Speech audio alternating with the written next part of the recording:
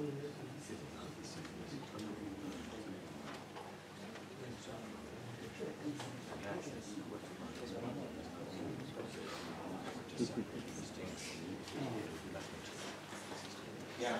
I'm from the University of Geneva, by the way, changed the word. Yeah, I want to thank the organizer for putting together such a beautiful meeting, and especially Val for having invited me to contribute to this handbook. That's I'm very proud of being part of this, even how it turned out to be very exciting and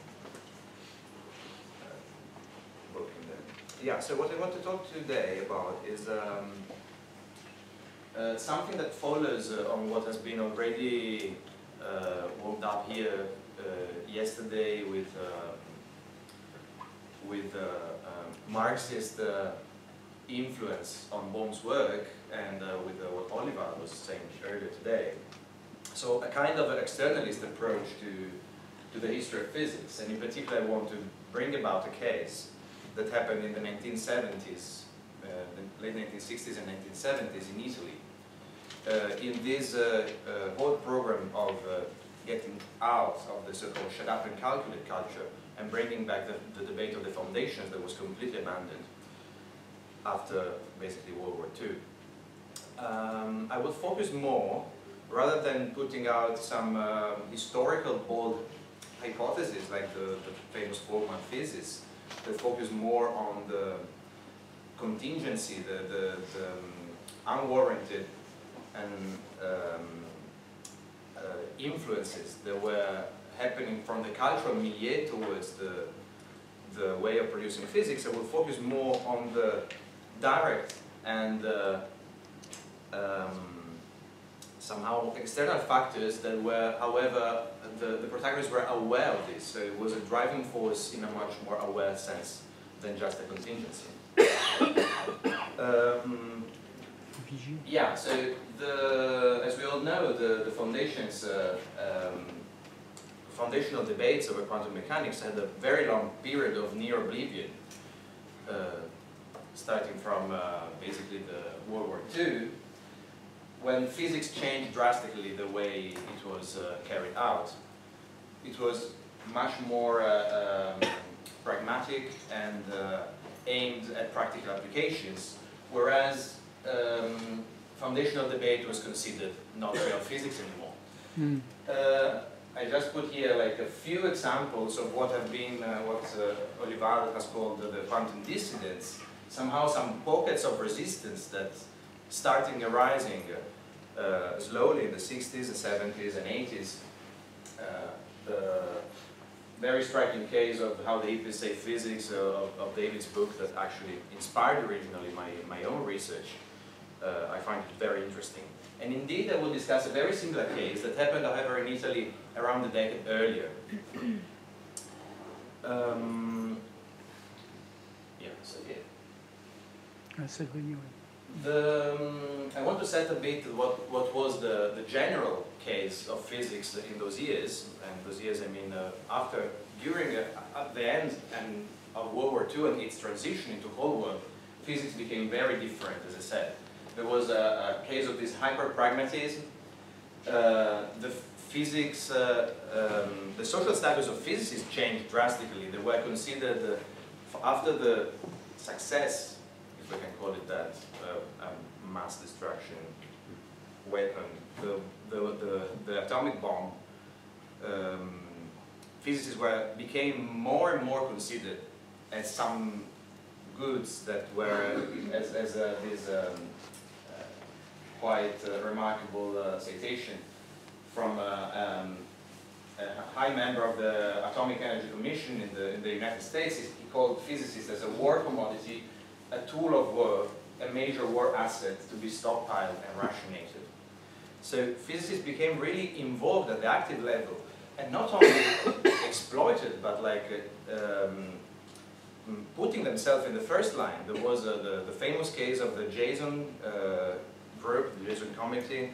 There was a group formed by, originally established by John Archibald Wheeler, Eugene Wigner, and the mathematician Oscar Morgenstern. There was a kind of a semi-secret committee that was advising the US governments on matter of scientific help that can be used for military matters. It's their idea, for instance, the famous McNamara line in Vietnam to put an electrified wall to separate North Vietnam from South Vietnam. So physics starts becoming very, very much involved. So this is the one side of the medal, is that you have physicists putting themselves in the forefront for helping political and military enterprises. And this clearly was setting back the more foundational and philosophical debates, because the role of physics changed really.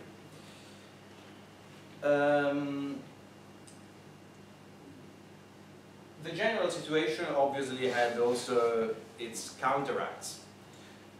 The political struggles starting to radicalize in the mid and late 1960s, in general with student and worker protests.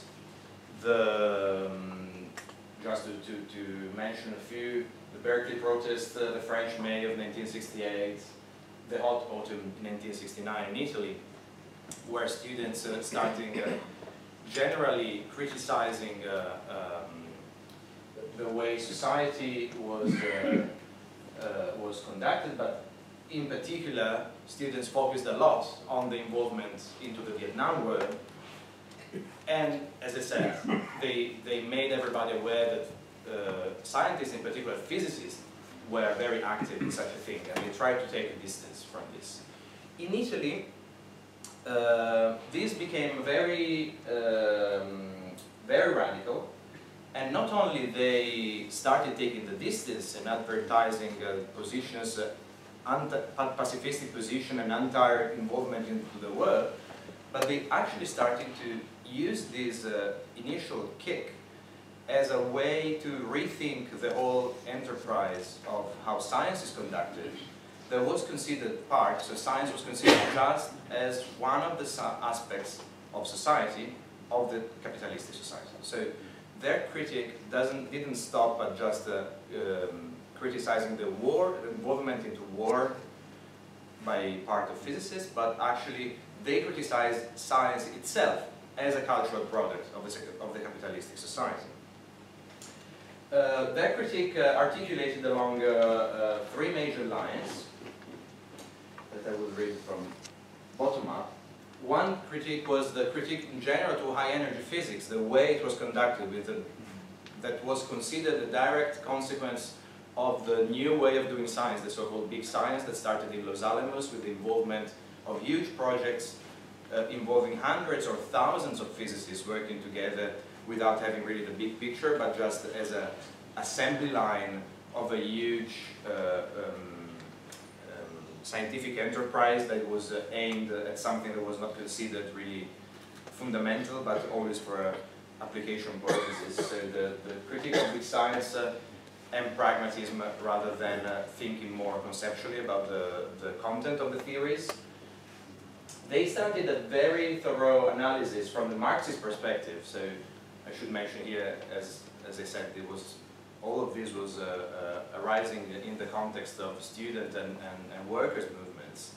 So there was a strong radical leftist take, and in particular a Marxist viewpoint that, however, contrary to the Soviet Union and the influence that had on David Bohm, for instance, they took a historical materialistic rather than a dialectical materialistic perspective. So they used the same analysis that Marx had used for the development of the social economy to study the development of science in its cultural and historical context.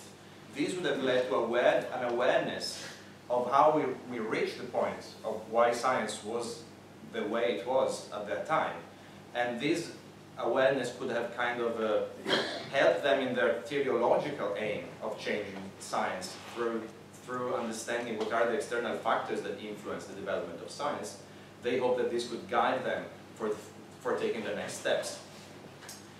And now I come to my main part, so the critique to the foundations of quantum mechanics. Foundations of quantum mechanics re-entered the debate in this context due to the fact that they saw quantum mechanics as the representative, the jewel in the crown of modern physics. And they wanted actually to find fundamental limits and flows into quantum mechanics, the most successful theory that was available, that is still available. And so they took hold for the first time I think it is kind of the first not isolated case of just a few sparse people, but a critical mass of people who started working on Bell's inequalities with the aim of finding actually a breakdown of quantum physics. And this would have provided the kick to, would have been the pars demonstrans of their enterprise. They wanted to find the limit of quantum theory, and with this revolutionize a new physics that would have taken into account their own values. So quantum mechanics, and in particular Bell's inequalities, became the tool for this change, for the revolution that they were aspiring at. So quantum theory becomes the whipping post of business satisfying physicists, also in the new introduced Bell's inequalities, the tool to show the limit of validity. I will go now a bit in the steps that brought to this case, analyzing the step by step more. So the main protagonist and for sure the initiator of this trend was Franco Selleri,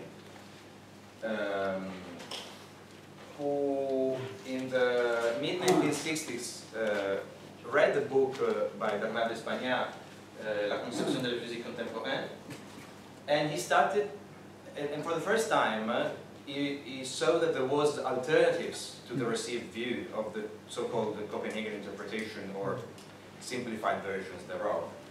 So somehow the pragmatic approach.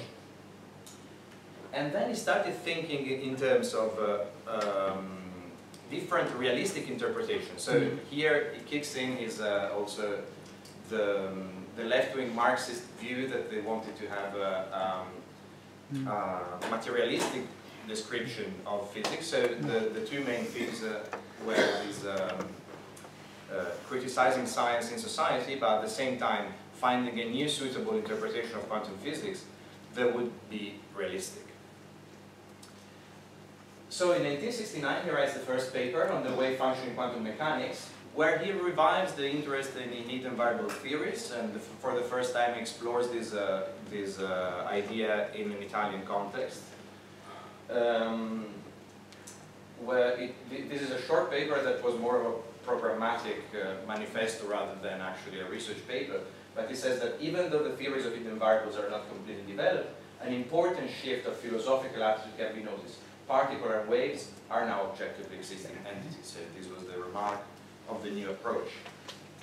He gives some lectures in a school in Frascati on quantum theory and hidden variables in the same year, where he again insists on the objective existence of a wave, and the most important thing of this early stage, it's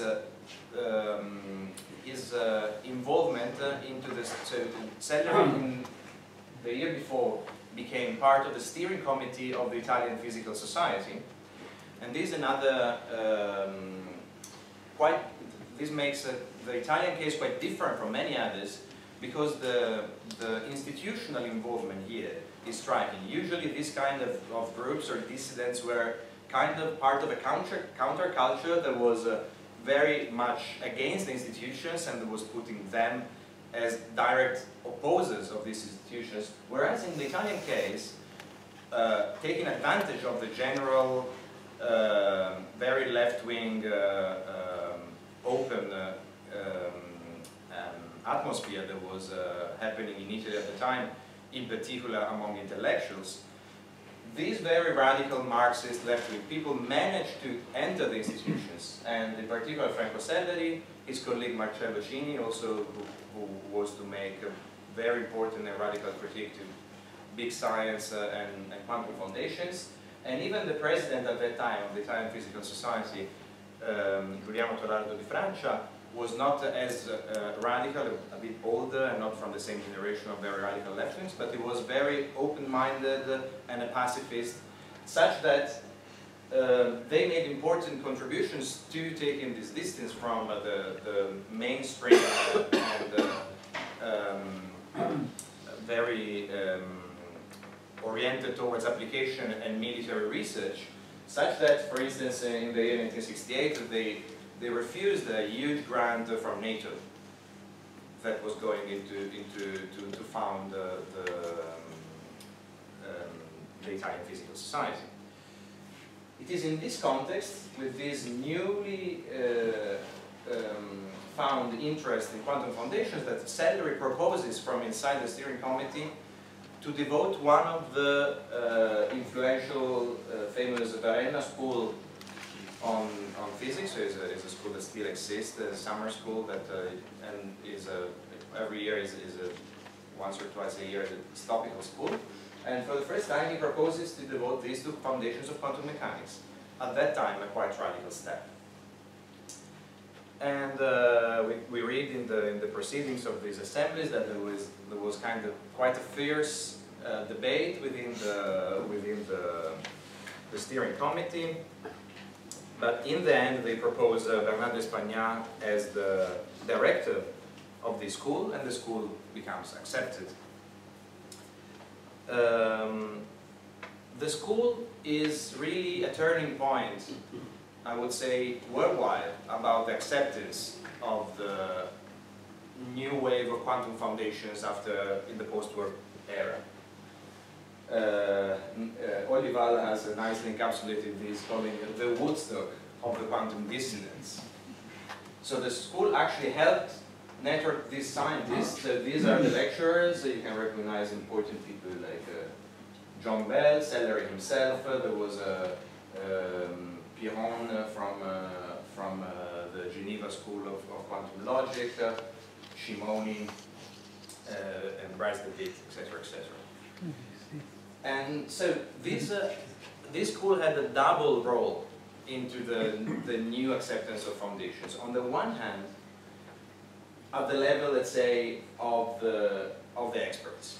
So at the level of the lecturers, it was the first public appearance of a school that was fully and officially devoted to this kind of very foundational debate. And I want to read you an excerpt from the letter of invitation that Espagnat sent to the participant, that gives a glimpse of what was the condition, what were the assumptions that would have to make at that time, to spell out at that time. Let me suggest that the following agreement, that we should not take as goals the conversion of the heretic, but rather a better understanding of his standpoint, that we should not suggest that we consider as a stupid fool anybody in the audience, least stupid fools should in the end appear clear to be ourselves, that we should try to cling to facts, and that nevertheless we should be prepared to hear without indignation very non-conformist views which have not immediate bearing on facts. In the same school is the first time that Bryce DeWitt calls the Everett's interpretation many words, and he proposes, and he kind of states his new acceptance of this new interpretation. And we see that Sellery's lecture, it's really a manifesto of his political views. So it's interesting for two reasons. On the one hand, is the first time that he actually talks about Bell's inequalities, and it's the first appearance in a public debate in Italy about Bell's inequalities in 1970. And he says that one of his motivations for this is that practically nobody in the society of which the physicist is a part has any doubt about the actual existence of an objective reality outside of the observer. In this time where the social responsibility of the scientist is so strong, where the destruction or the survival of the world depends also on him, it is important to develop a science not in basic contradiction with the social reality. The other side of the Varenna school happens at the level of the young people. So this is the first time where a forum is provided for these young, uneasy students, radical leftist students, to actually use their ideas that they were already demonstrating in the streets and the occupation of the universities, but to bring this inside their field of study or work. So it's a shift from like a general criticism of society and political and societal criticism, and bringing this within the domain of physics. So it's the first time where they, also thanks to the ideas of Sellery, and in general, they recognized each other having the same interest and the same expertise, and bringing these political ideas within physics. And in fact, at the school, after the lectures, they meet in the evenings, and they write these, it's a 12-page document, typewritten and copied during the last night of the conference of the school, that is distributed to all the participants in the last day and to all the lecturers. And I just took some quotes from this document, which is very interesting. It says, "It is instead extremely important to realize that science is certainly not neutral. The structures of..." So this is a topic that will become central in the Italian and general criticism to science of these years. The non-neutrality of science. The fact that science is a product of capitalistic society, the fact that science is not, and this was also their criticism to dialectical materialism, that was kind of giving an objectivity, a sacrality to science in itself, whereas we should see it in its social and political context. The structure of a scientific theory reproduced the categories of the culture of the dominant classes. The limitation of the individual consciousness to laboratory activity, disregarding any judgment of the social application of research, results in indiscriminate support for all applications of science, for instance, atomic bomb, etc. This mystification is formalized in the powerful theory, scientism, which assumes the intrinsic ability of science to solve all the human problems. We now conclude that a pre-decision is strongly needed concerning the social structure in which men live and act. This is a pre-decision on the historical and social role of the scientist, on his responsibility, on the fact that no concept or activity is neutral. And so this was the focus of my talk, to give you somehow the starting point of this. And I will not go now into details of how this developed, but what I want to say is that from this motivation, this strong political, clearly teleological way of producing a new kind of science, a critical mass of young people starting actively being involved in research in quantum foundations. Again, the institutional support of the journal Il Nuovo Cimento, that was edited by the Italian Physical Society, of which I already told you was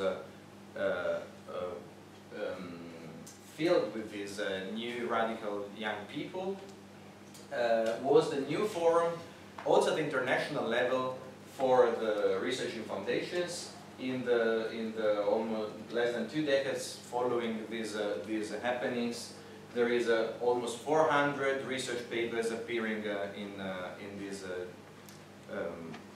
quite respectable physics journal, only about quantum foundations, something that other classical journals around the world would reject immediately as nonsense or as philosophical speculations. There is the formation of at least 5 or 6 big centers of studies on quantum foundations. Sellery, who settles in Bari. Cini, already mentioned, from the Italian Physical Society, who settles in Rome. Angelo Baracca in Florence, Silvio Bergi in Bologna, and slightly later Giancarlo Ghirardi in Trieste. Just to mention a few achievements or activities of these people.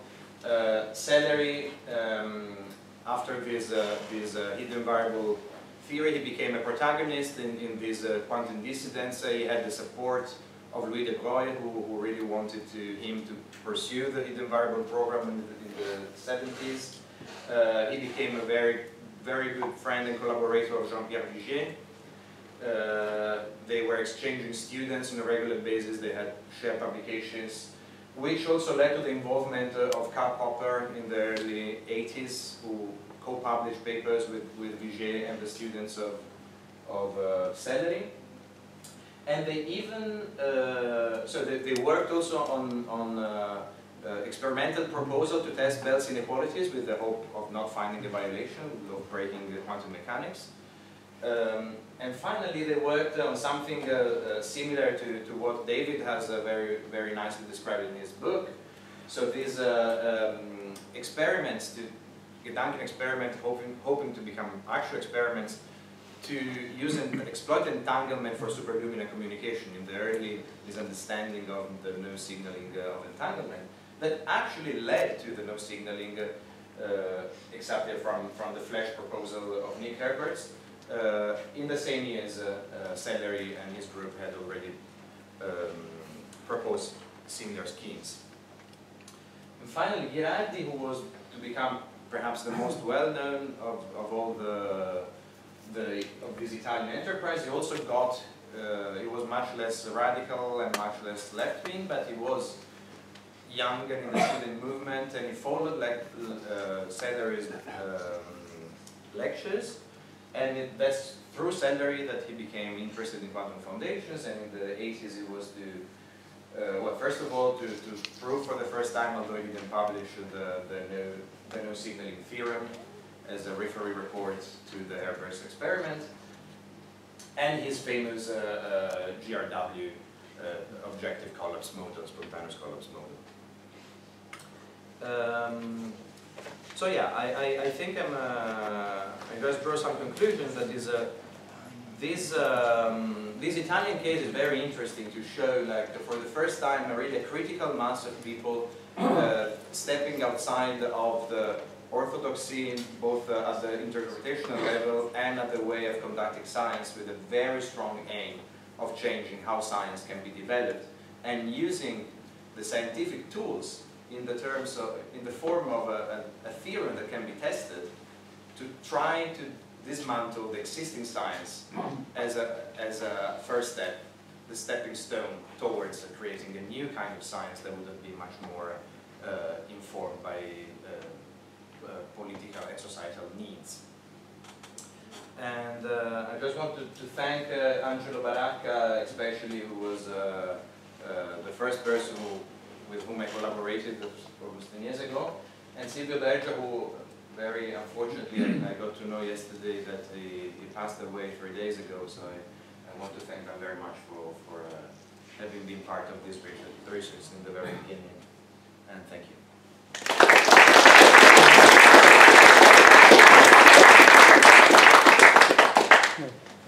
Thank you for a fascinating talk. You didn't mention Erice. Can you say anything about the Erice Center? The 1976. The Erice. Erice or Erice? Erice. Erice. Yeah. Can you say something about this? How did it come about?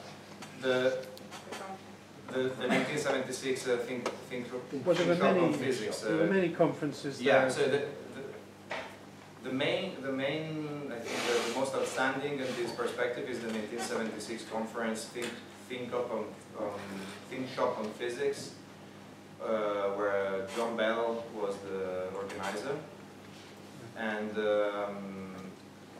how it came about, I think it came about just through Zikiki, who was working at CERN, and he met, and he was friend with Bell.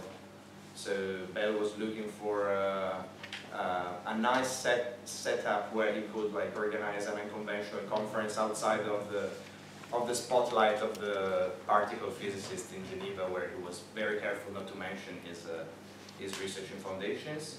And that conference is particularly important for the general landscape. It's kind of a second episode in the, I only mentioned Varenne because it was really the first, but and in that conference, Zeilinger for the first time heard about quantum foundations as a whole field and non-locality, and he got into this field precisely because of that conference, where also Sellery and the other Italian were involved. Yeah, please keep the questions short if you can, so we can get more. Yes. Yeah, it's a comment rather than a question, but you made a distinction between historical materialism and dialectical materialism. And I think there is a tension in Marxism, what people call Marxism, between the two. Mm-hmm. And the turn of the people you mentioned toward historical materialism led to social studies of science, so strong programs of sociology of science, and cool variables and so on, relativism and so on, which I think is a step in the wrong direction. While I think Bohm, and certainly, of course, going back to Lenin, emphasize more the importance of objective reality. And that's more what you call, I wouldn't call it dialectical, but what people call materialism or realism, you see? Yeah. And there was a tension between the two. And I think in the end, the one in this critique of science, the one that won was the so-called historical materialism, which ended up in relativism. I agree with the comment of this too. Yes, well, thank you very much for the talk. You might take up Olivar's question and tell us something about the role of Italian philosopher of science in this story, if any. Yeah, so the school, this was also part of the tension between, so the prominent school was the Jamonot school in Italy, who were also Marxists, but were coming from this very strong materialistic approach and dialectic materialistic approach. And these young physicists entered publicly, actually, in a debate with them. On the pages of the newspaper Manifesto, they were publishing articles against each other, and their claim was that they were given this objectivity of science that would endorse a neutrality of the activity without any social considerations. And the fact that they were not actually discussing the content of science, but just its, so they were criticizing a bit the humanistic approach, and they thought that it should come from informed science, so from scientists who are actually able to understand the content of science to change it for towards this more social science approach. So that's how it. Silvano Tagliagambe is maybe an example that went to USSR to study, but again, he was proposing Fox view, and so still very, they were much more closer to the Soviet Sovietic approach rather than this more historical. Well, I propose that anyway, if we finish at 6 p.m., so we have all the time for the discussion after that. You see, you can, let's open up a question if you want. Let's be very happy. You have some time to discuss. Thank you very much.